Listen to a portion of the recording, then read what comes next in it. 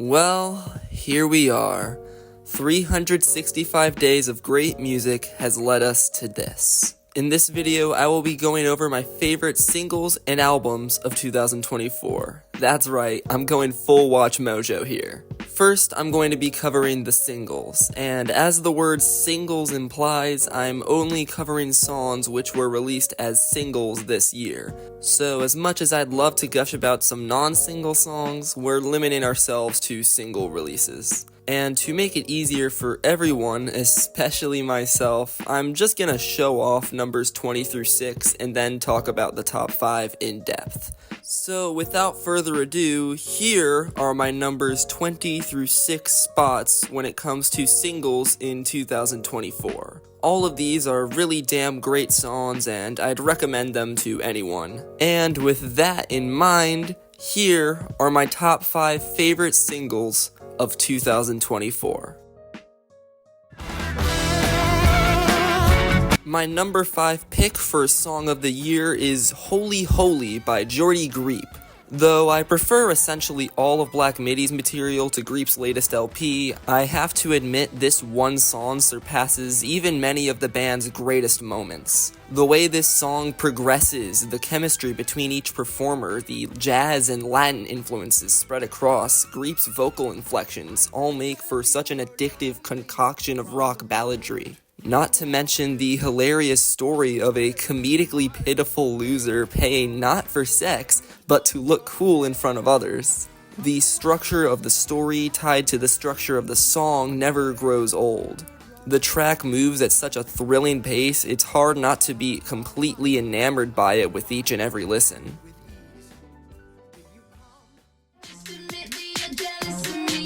My number 4 song of the year is going to go to Von Dutch by Charlie XCX. I still remember when Von Dutch came out. Online, people were really hating on it for seemingly no reason. So after Brat became this year's biggest cultural landmark in pop music, I can only say, I fucking told you so.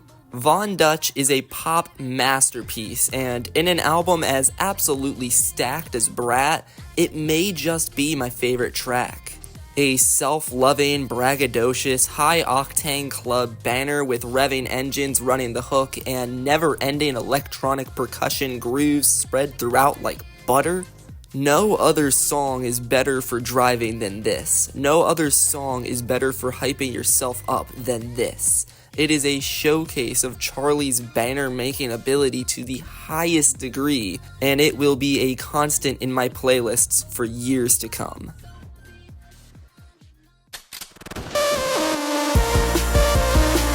My number 3 pick for Song of the Year is Russian Roulette by Porter Robinson. Maybe the single most emotional pop ballad of the decade thus far. What is a statement on Robinson's increased success and the emotional responsibility which comes with it can also be read as an ode to the emotional burden that big responsibility of any kind brings. The compressed guitars and unbelievable hook synth line lead into one another so seamlessly that it's hard to tell they're not the exact same instrument. The vocals have a perfect combination of what you may hear on a 2000s pop ballad as well as just raw emotion. I've already spent a full paragraph in my initial review of Smile talking about the ending of this song, but it really is just that good. The excellently paced build-up aligned with the emotional roller coaster that the stream of thought lyricism provides still brings me to tears consistently. I've grown to appreciate it more and more as the year has gone on, and I feel I'll only appreciate it even more in the coming years.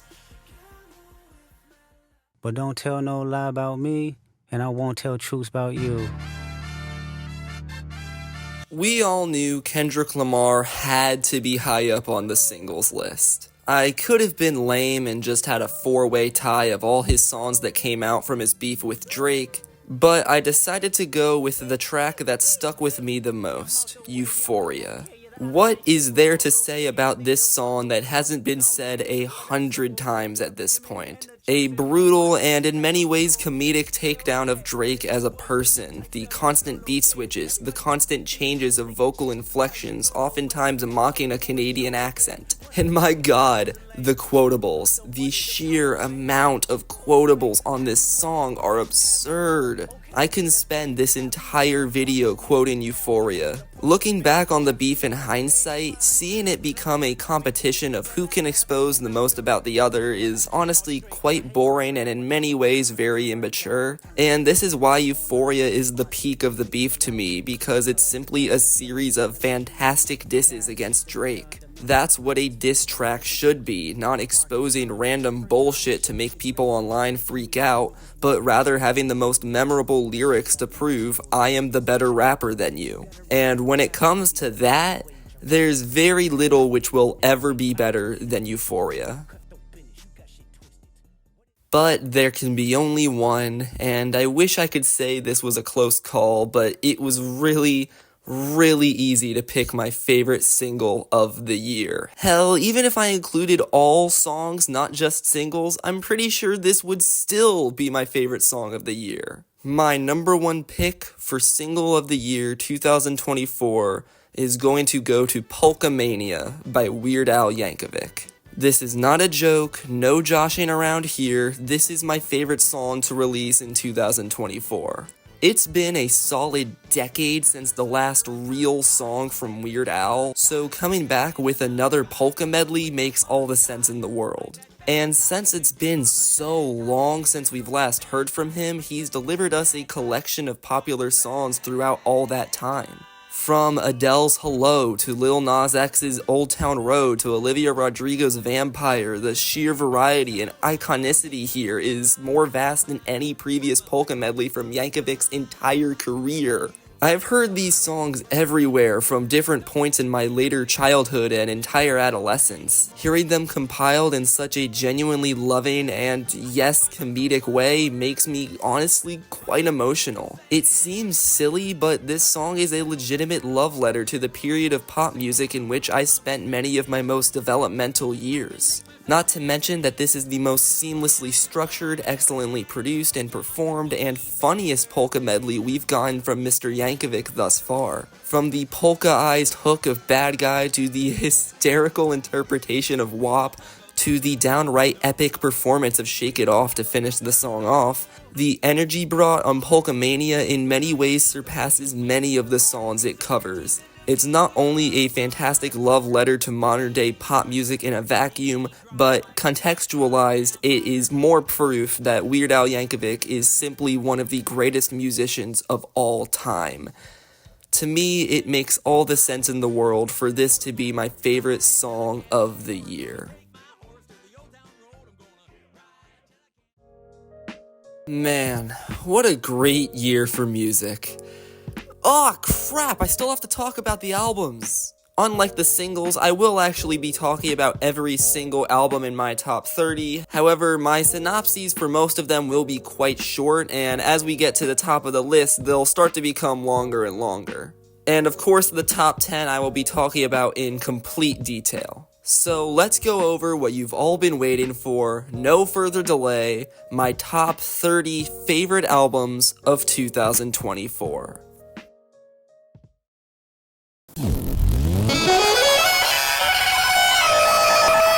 At number 30 is where I place the collaborative LP of Lua Trilogy and Mayfly Priestess, You Are Peace, You Are Love. An excellent combo of jazz and plunder phonics, the beginning of the track Yoko Ono still amazes me to this day.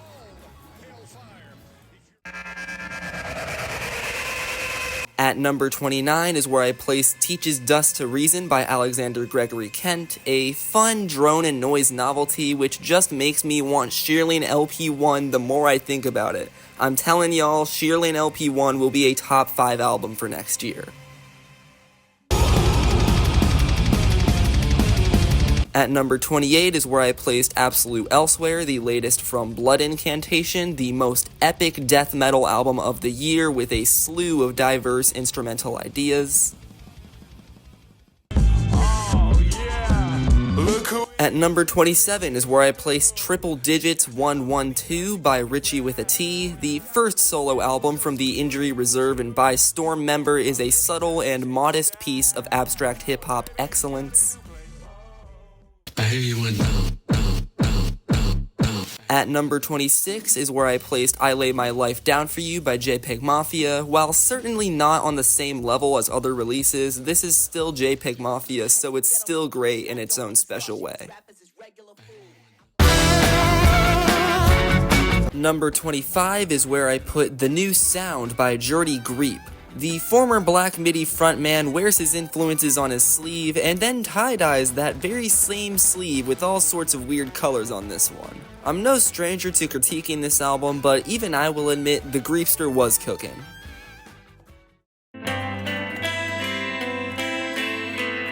At number 24 is where I placed Mine West Emo by Sadie Owner and Tanuki Alex. What could have easily just been a quote-unquote high-quality shitpost ended up being a beautiful love letter to both Midwest emo as a genre and Minecraft as a game. Two things essentially engineered to be as nostalgic as possible. Suffice to say, I love this album.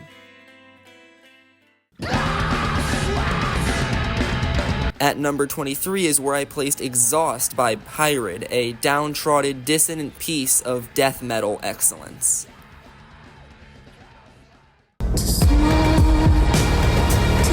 At number 22 is where I placed She Reaches Out to She, the latest by Chelsea Wolfe. The goth album of the year, if not the decade. On this album, Wolfe pretty much flexes her darkness and melancholy in such an enjoyable way. It's an odd album that is so grim, yet equally so full of banner hooks.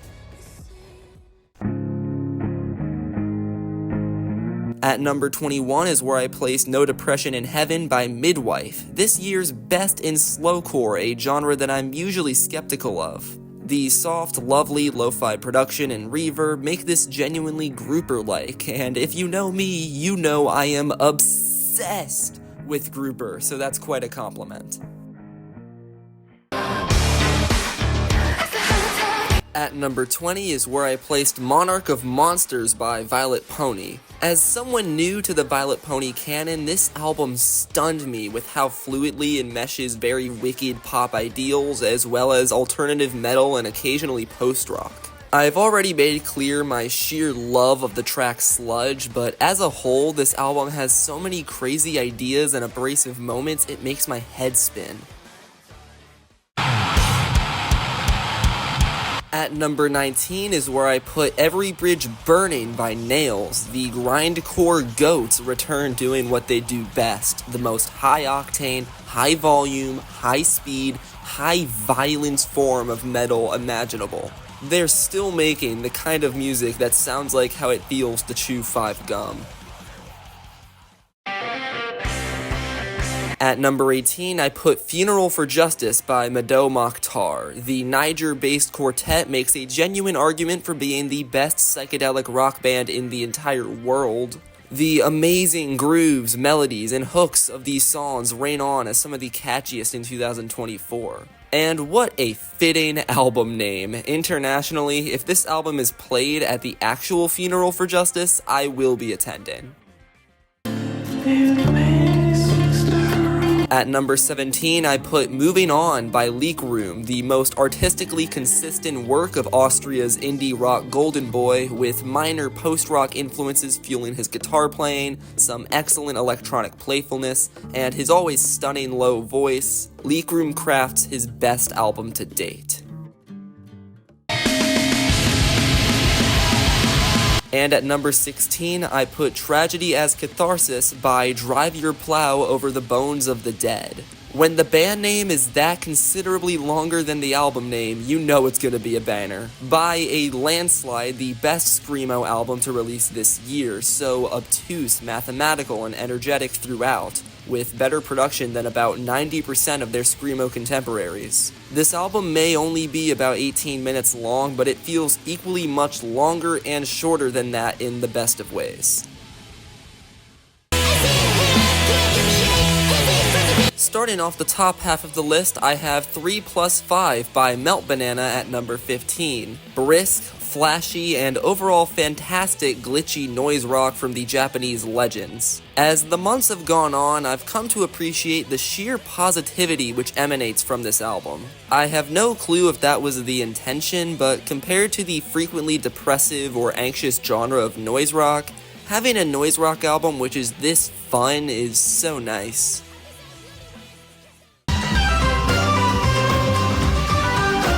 At number 14, I put Only God Was Above Us, the latest from Vampire Weekend. When they started out, Vampire Weekend took the garage and indie rock which dominated the 2000s and brought it to the mainstream in their own font. Here they do the very same, except with the very baroque, psychedelic pop and rock music which has meandered in the online indie sphere for a while now. If anything, their font of that sound may be the best it's ever sounded. The synthesizer hook on Classical, the blown out hook on Capricorn, the horn and string arrangements of The Surfer, all are excellent examples of Vampire Weekend not only reinventing themselves, but indie music as a whole.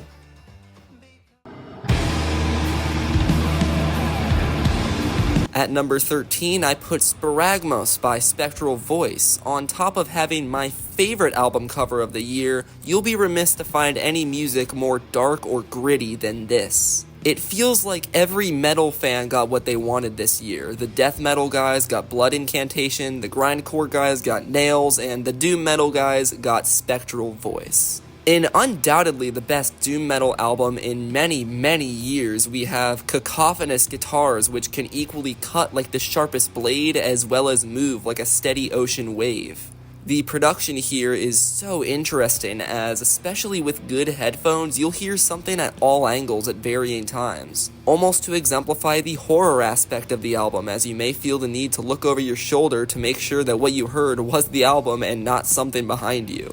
The songs move so patiently and fluidly, the line between metal and post-rock is really truly blurred here. If you're a fan of metal in any capacity, this is a must-listen.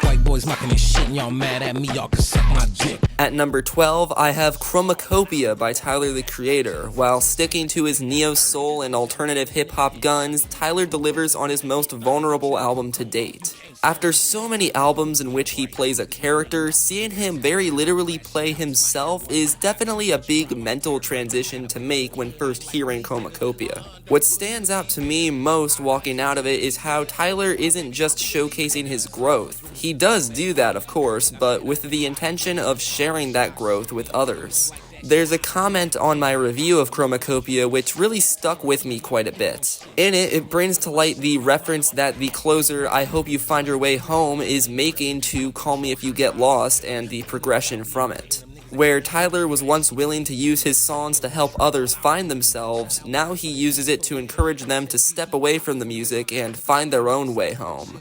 What a beautiful thesis to yet another great album from one of modern popular music's most consistent stars.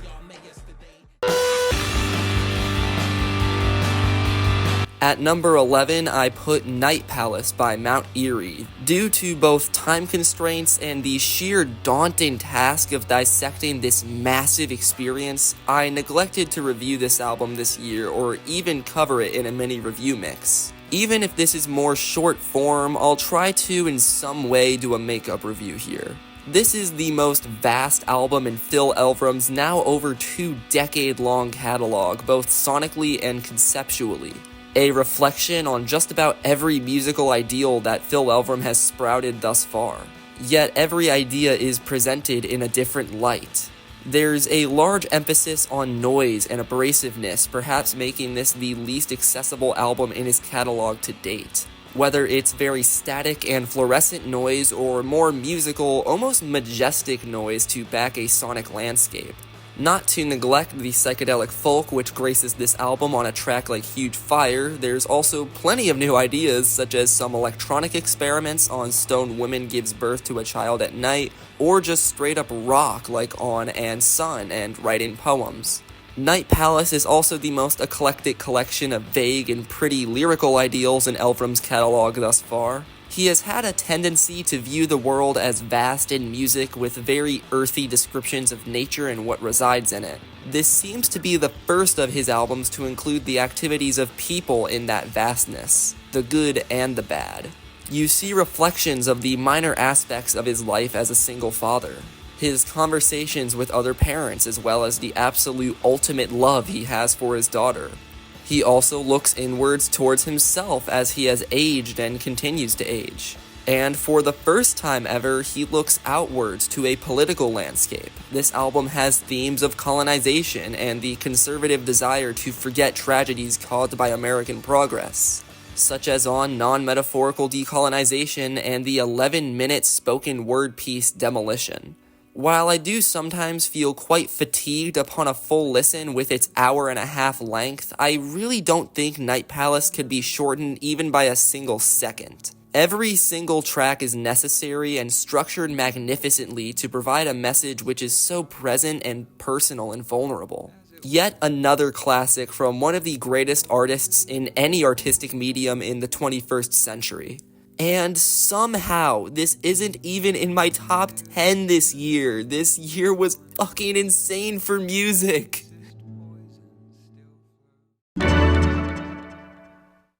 I think we've all accepted the reality now that the majority of white rappers today are Eminem-obsessed losers who are either completely bland or base their entire identity and gimmick around trying to quote-unquote offend people. On No Hands, Joey Valance and Bray prove that white rappers really need to put away the Eminem records and pick up the Beastie Boys records. In the most absolute modernization of that band's sound to date, JVB bring a very tangible and electric eccentricity. Yes, these beats borrow heavily from the early boom-bap sounds of hip-hop in the late 80s, but it acts equally as a love letter to modern-day electronic production. There's as many old-school jazzy beats as there are drum and bass or breakbeat moments. And no two rappers could work with these beats better than Joey Valance and Bray. These two know how to work a fun beat with somehow twice the amount of fun. It's like both members are the hype man in the duo, hyping up one another as well as themselves. There's no negativity on this album. It's hyper confident while addressing the nerdiness of it all. JVB are uncool in the coolest way. There's more hilarious nerdy quotables and references here than Weezer's Blue album. The way they hype themselves up is never overbearing or questionable. It's just very amplified self-love in an aggressive medium. Also, the feature selection here is incredible. Only 3 feature verses, but all 3 are fantastic, specifically Tara Reid's verse on Doughboy. Joey Valance and Bray just understand, perhaps more than anyone right now, how to make a banger. They understand what to implement in their beats, where to put a punchline, where to place features, who to feature. Every aspect which makes a hip-hop song, these two have mastered, and the result is the biggest collection of pure hits to release this year.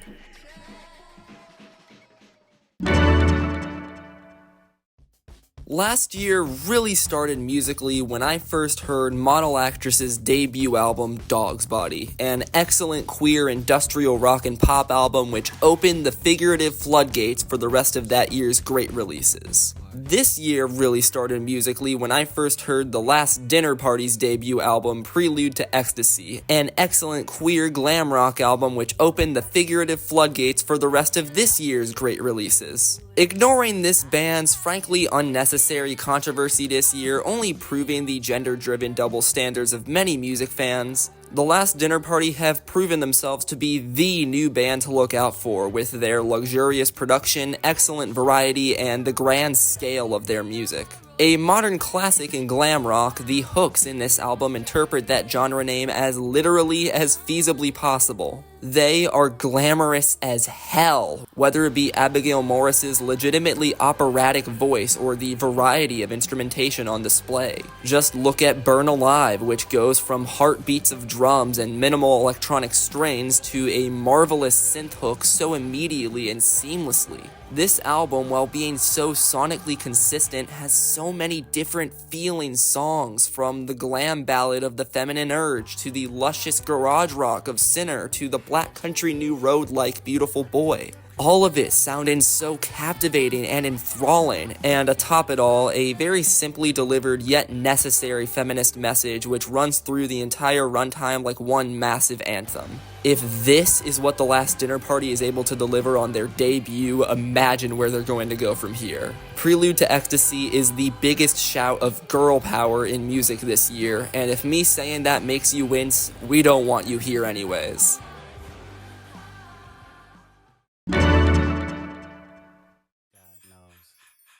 It feels like Kendrick Lamar releases an album whenever the world needs him most. Like how Superman will hear the call of someone in need, Kendrick will hear a hip-hop landscape more geared towards culture vultures than ever before and swoop in not only to save the day, but kick some ass while doing so. I have already recently talked about this album for a good 16 minutes, so I won't do much repetition here. GNX may be the most quote-unquote mainstream album Kendrick has yet to release, but it still maintains the very in-depth standard he is renowned for, with some of his most excellently written songs to date. Fantastic imagery, delivery, also varied and marvelous. Honestly, what do I need to say that I haven't already? It's Kendrick Lamar, a musician already universally seen as a generation-defining act who has nothing else to prove, really just flexing how far above his contemporaries he really is.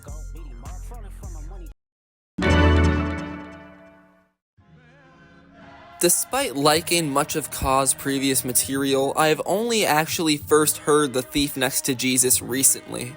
But I can already tell, even in his fantastic discography, this is a very particularly special album and worthy of a high spot. This will honestly be a more brief synopsis than I feel this album deserves because I'm still dissecting this one. In his final statement before his unfortunate passing, Ka tries to find a clear line between faith and religion. Faith is a uniting belief in a higher power which watches and loves us, and the use of that belief to spread love to the world. Religion, or at least large-scale organized religion, is taking advantage of that faith to increase power and influence, and bystanding watching horrible things rather than using your faith to aid in love. There's no words to adequately explain how incredible Ka is as a lyricist. He is equally a poet and a musician on par with Bob Dylan. Similar to Dylan, he makes the most raw and in-depth music in his genre in a time where said genre is bombastic yet straightforward.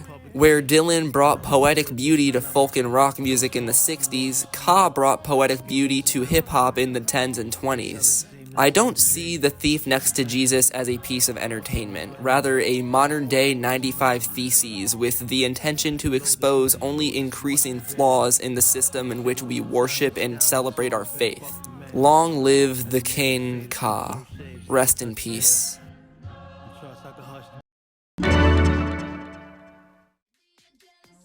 Brat.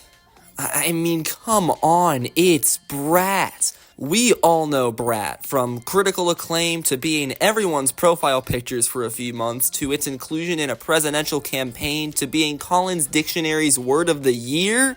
This album took over the world. Brat's summer was one of, if not the biggest cultural moment in music this year. I don't need to tell you why Brat is awesome. You know why Brat is awesome, and if you don't, just try again.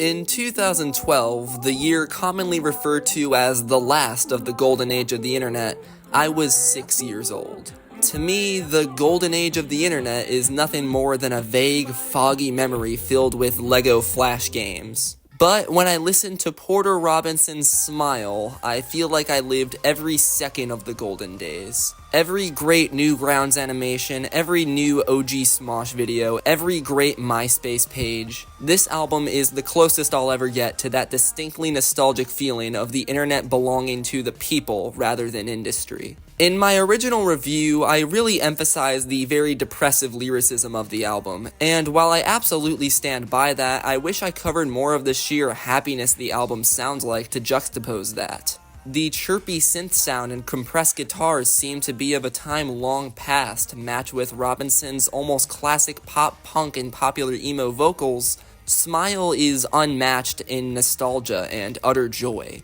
The beautiful wailing hook of Cheerleader, the chiptune synth line which runs the hook of Mona Lisa, the excellent falsetto in the hook of Is There Really No Happiness, everything about this album is not only catchy but evocative of simple things, simple times. In a very hey ya outcast way, the absolute joy I get from listening to Smile makes its very sad lyricism all the more effective. I've already talked about Russian Roulette in this very video, but there's also the reflective Year of the Cup, which sees Robinson looking back on so many regrets and shameful moments. And there's the understood hypocrisy of Kitsune Maison Freestyle, where Robinson highlights the shallowness of consumerism and fashion by discussing his own experiences with both of them. While taking me back to simpler days aesthetically, lyrically, Smile is able to accept that we are here right now looking back on those simpler days. It makes for an emotional roller coaster, which, as the album name implies, leaves me smiling each and every time.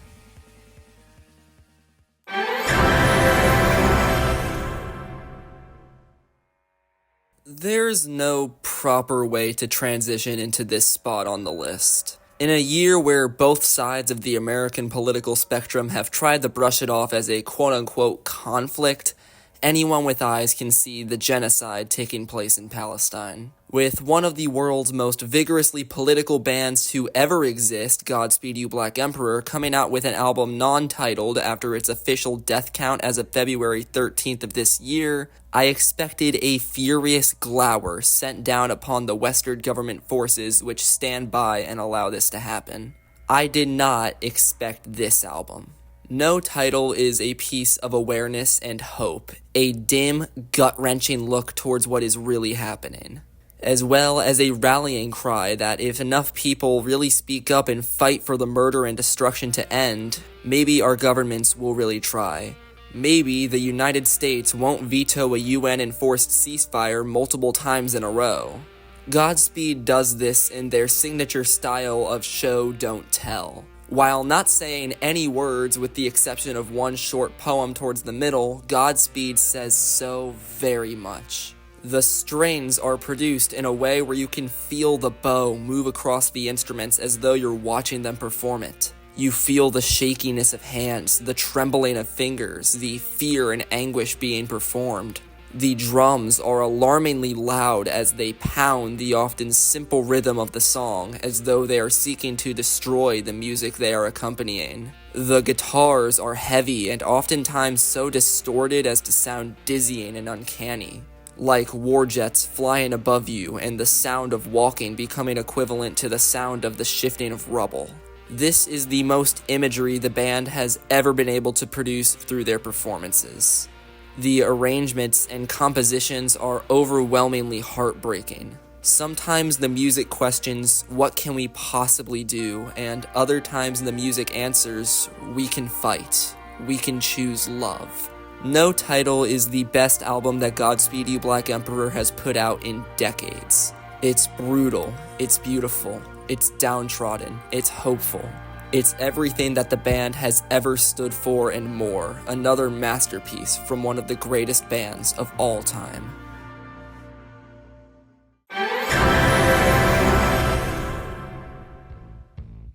The White Stripes mean everything to me. For about half a decade now, they've been one of my favorite bands of all time. They've shaped my music taste today. Suffice to say, I love the music of Jack White quite a bit. And he has put out some killer solo material in the past few years, taking a step away from his blues inspirations and pulling towards noisier and weirder pastures. I was certainly here for it, but what I did not expect was a Jack White album which instead went right back to his roots. No Name is classic garage and blues rock for days. But this isn't another one of his early solo albums where he aimlessly moved forward from where the White Stripes left off. No. This time, he's looking at the bigger picture and knows exactly what to do to make the most killer rock album possible.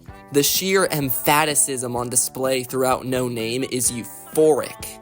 Hasty and lo-fi production which lets every ounce of distortion and every drum hit as hard as can be.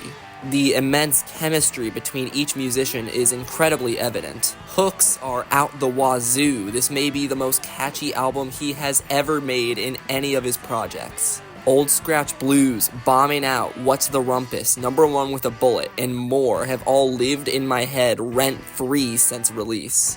There's an ethos to No Name as well, a cheekiness to the power that Jack White has, like he's winking at the audience saying, yeah, I've been doing this for this long and I'm still kicking everyone's asses. By all intents and purposes, this is the 7th White Stripes album. It's the lone work White has put out since their split that lives up to that name. In many ways, it even surpasses some of the White Stripes material. Long live rock's current undisputed king, Jack White.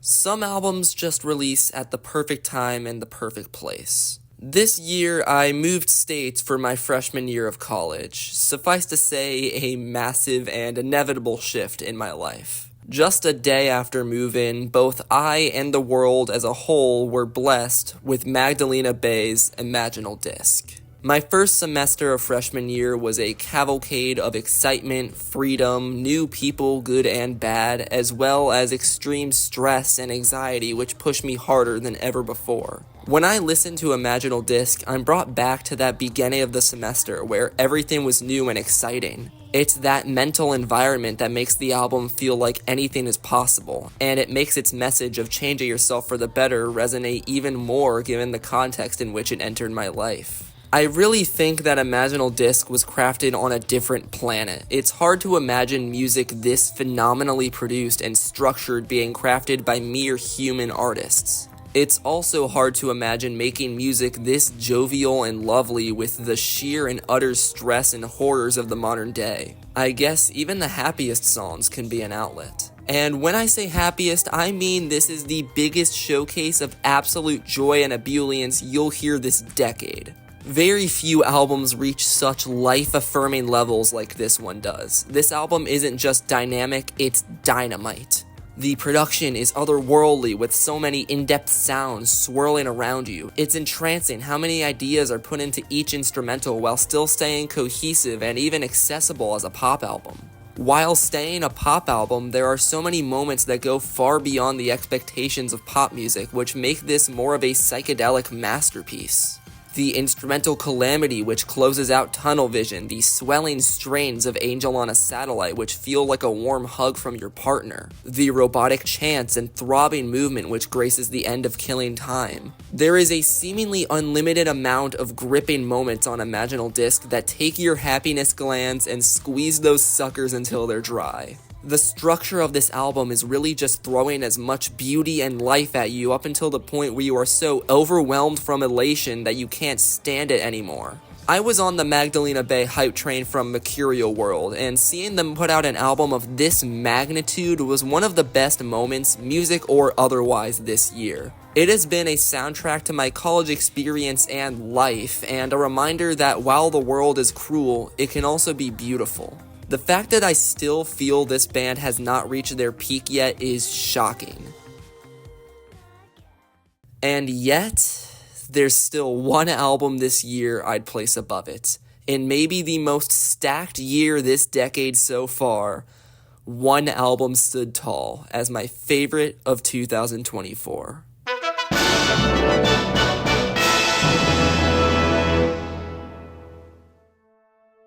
If you're even remotely familiar with United States affairs and politics, you know what happened the morning of November 6th, 2024, and you know what the consequences of that will be. The millions of lives that will be either permanently altered or ended by mass deportation, further spread disinformation and hate, immense pollution increase, rubbing shoulders with dictators, I could go on. Point being, the slow and unsubtle slope of fascism and rot that the United States has been rolling down is now far steeper. On Cool World, Chat Pile takes the trajectory of this descent and winds the clock just a bit forward. Throughout the album, you'll find grim depictions of war and death under capitalism, absolutely brutal imagery. Someone accepting that if the horrors of their harmful and abusive working life doesn't kill them, their rotted teeth from lack of adequate dental care will. The broken hearts and bodies of children falling apart in their own parents' arms. A military veteran seeing hallucinations of the screaming innocent people he was swindled into killing by the government. This album does a frighteningly fantastic job at having parallel meanings which correlate to the despicable and gruesome wars and killings internationally today, as well as the grim and soulless current capitalistic landscape paved with oligarchy, disinformation, and a total lack of care for human life. People are now seen not as living beings, but numbers and statistics, born to be marketed to, born to work for the heartless rich which exploit them and pay their way into the political landscape. If the mass public is dehumanized to this extent, suffice to say, we are all dogs now. Many albums which protest and strike reasonable terror in the way Cool World does contain a but. They have a light at the end of the tunnel, a rallying cry, a way out. Chat Pile does not provide such pleasures. With the mere existence of billionaires and their benign influence, it's not a current fight against capitalistic greed. It was a fight against capitalistic greed, and we've already lost. From the time we were born, it was over. Whereas the average working man could once live at least adequately, nowadays more and more people live horribly depending on decaying government aid or are simply homeless, which Chat Pile has already written much about. And with our new president-elect, things will only get worse. There is no escape. No way out. Those who voted for him expecting their groceries to be cheaper or whatever should have just read the fine print. The skull spoke, and his words were truthful. Any wordsmith with eyes could write about these topics more eloquently than Chat Pile, but what makes them so special is delivery. From the first minute, the sound of Cool World is a baroque, dizzying form of sludge metal and noise rock, with cavernous waves of guitars, throbbing and pounding bass, drums which act as a landscape to a gory self-portrait. And of course the emotional screaming cries of a Ray Gun Bush, who, whether roaring or mumbling meekishly, demands attention with the sheer devastation he delivers his vocals in. There is nothing flashy about the sound of Chat Pile. There's no guitar solos, nor incredibly difficult techniques, nor showcases of immense compositional skill that you would expect in a metal album. The music is meant to be simply written and executed to put two feelings within you: fear and rage. Fear of the state of the world and rage towards those who allowed it to be put in motion. The intensity in which these emotions take hold of you is absolutely impenetrable. Whenever I listen to this album alone with no distractions, I often make wild, exasperated movements and occasionally just shudder. It may seem odd, but music this distinctly brutally honest, so menacingly portrayed, seems as though it's made to elicit such animalistic reactions. No band has ever and will ever sound like Chat Pile, and with only their second LP, they've taken their sound to the ends of the earth, with each song ripping and tearing through the very ground they're performing on. Even if we're about to spend the next 4 years, and who knows how much longer after that, watching the United States further dig itself into a pit of life-dejecting rot, Chat Pile proves here that at least the soundtrack to that will be excellent. They've proven themselves to not only be the best metal band right now, but one of the best bands in the world in any genre. They've crafted this year's most grim, gritty, pessimistic album in the most grim, gritty, pessimistic time possible. Cool World is a voice for the weak, but it is not weak at all. It is definitively my album of the year. So that was quite a lot. This turned out to be much longer of a video than I was expecting. I'm sure you can tell, but I have been recording all day and my voice is absolutely cooked. So all I really have to say is, if you've made it through this whole thing, thank you so much. It really means a lot to me. I worked hard on this video, just so goddamn hard on this video, and anyone making it through the whole thing just means the world. And if you've seen any of the other videos throughout the past few months, thank you for that as well. It means so much. I've cultivated the smallest possible following, and I'm really committed to growing it and the channel as a whole. I can't wait to continue videos moving into the next year. I will say I'm going to be taking a bit of a break in January. I'm just going to be taking that month off, return to stuff in February. January isn't usually too big, and even if it is big, I'll just catch up on all the albums I missed. And I'm really just going to leave it off at that. Thank you very much for watching once again. Happy New Year, and that is all.